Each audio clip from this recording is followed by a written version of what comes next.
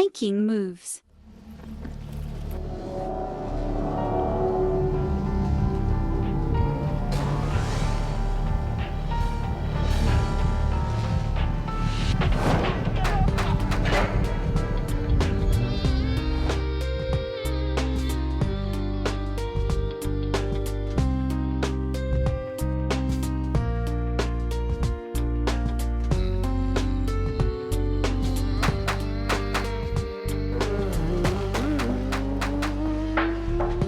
Reality sometimes can be your worst enemy.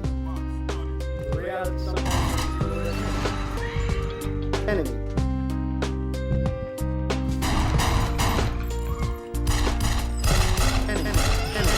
There are times when we're shooting and the scene was such, so it was set up so real that there were people who were not a part of the production who would just walk into the scene and think it was a shootout. Jamaica and shooting, it just go natural together, so people just think it's a real thing.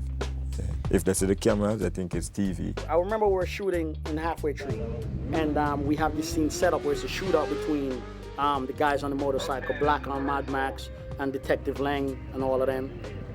And we're set up, and this woman drives up, and she drives up right as they start shooting. She's slamming her brake, and she starts screaming at the top of her voice and getting out of a car, ready to running away.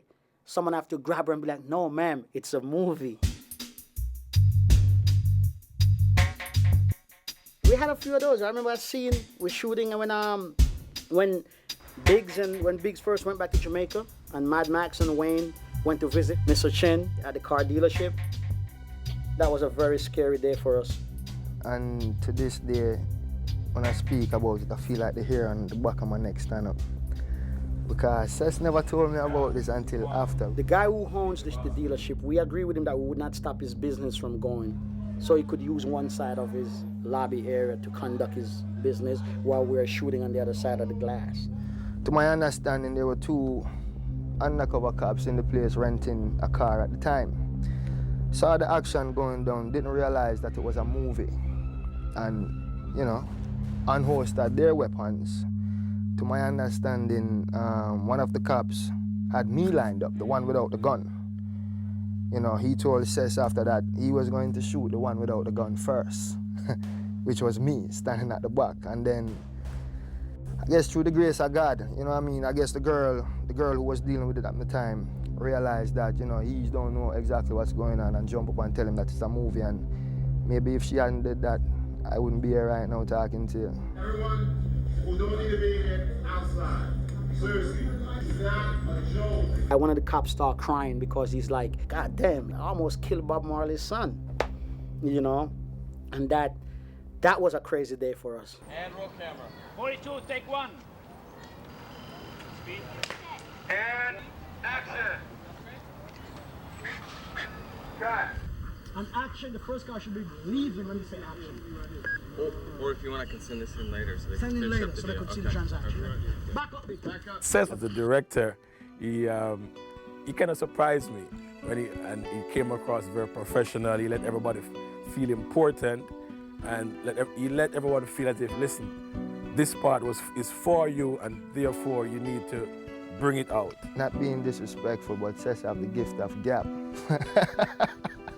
You know what I mean? So, and he's very motivating, you know what I mean? He's the one that keep pushing you, you know, to strive for perfection. It's not the one who say, all right, okay, you did that and you fuck up. No, it's like, all right, that was good, but I know you can do it better. So that within me more motivate me instead of saying, all right, that was wrong, and that is that, and then maybe that would draw me back in myself, and, you know, the next time I won't be so attentive. But, you know, he's always kept a positive outlook.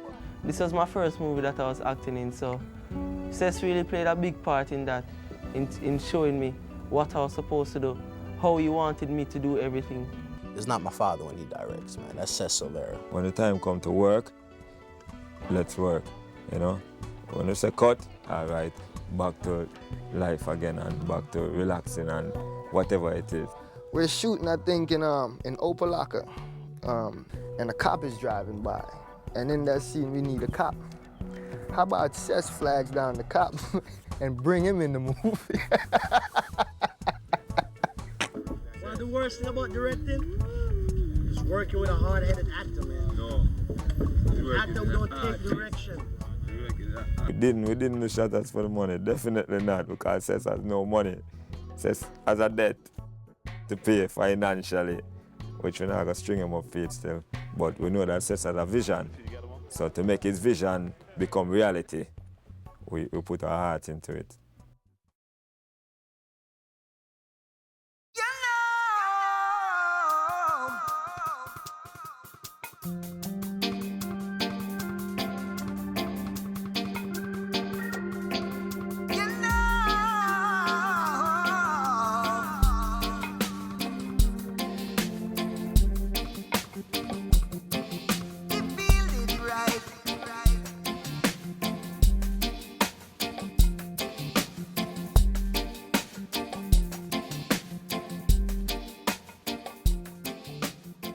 Making moves.